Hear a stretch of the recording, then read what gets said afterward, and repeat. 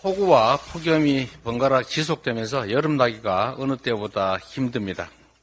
이제 물가 폭등까지 겹쳐서 삼계탕 한 그릇 사 먹기도 겁나는 지경이 됐습니다.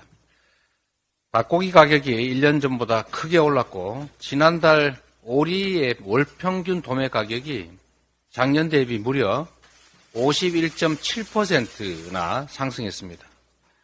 우유, 치즈, 아이스크림, 캔맥주, 통조림 같은 하반기 식품 가격 인상이 줄줄이 예정되어 있습니다.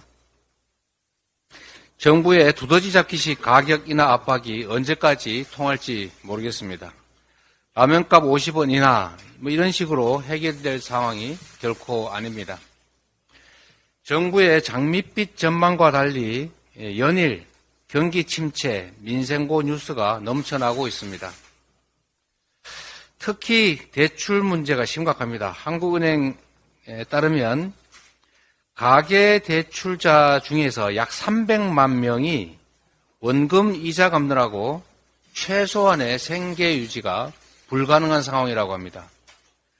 이 중에 절반이 넘는 175만 명은 소득보다 갚아야 될 이자가 훨씬 더 많아서 도저히 견딜 수 없는 그런 상황이라고 합니다. 민생의 현실이 그야말로 벼랑 끝입니다. 지금 정부 여당 대응을 보면 응급 중환자를 앞에 놓고 병원의 경영 실적을 따지는 꼴입니다. 하반기에 남은 6개월 동안이라도 경제정책 전환을 통해서 민생을 챙겨야 합니다. 하루빨리 추경 논의를 시작해야 합니다.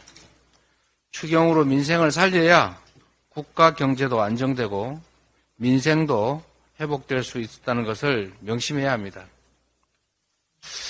저보고 추경 노래 부른다고 하는 분들이 계시던데 민생이 회복될 수 있다면, 경제가 회복될 수 있다면 민생 노래가 아니라 민생 춤이라도 추겠습니다. 이 죽고 싶을 만큼 괴롭고 외로운 국민들에게 정부가 포근하고 든든한 아버지, 어머니 역할을 한 번쯤은 보여줘야 합니다. 정부 여당의 극우 망언 정치가 판을 치고 있습니다. 민생 경제에 무한 책임져야 될 정부 여당이 망언 경쟁에 나섰습니다.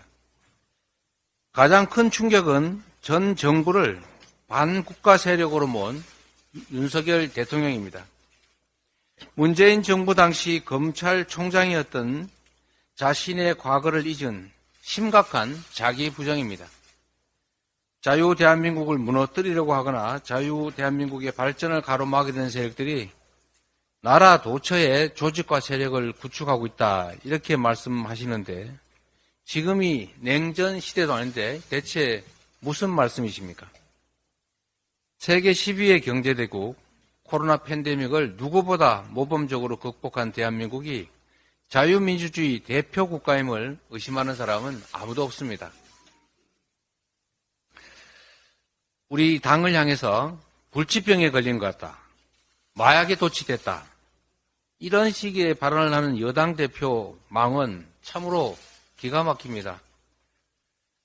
민생 경제를 살리기 위해서 머리를 맞대자는 제안은 온갖 핑계로 거절하더니 200일 넘게 길에서 살다시피 한 참사 유가족들을 외면하는 것도 모자라서 그 유가족들의 뜻을 받드는 야당을 향해 이 저주에 가까운 비난을 퍼부으니 참으로 이해가 되지가 않습니다.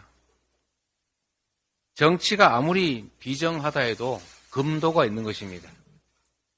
민주공화국 대한민국을 지키고 발전시키는데 여야가 따로 없습니다.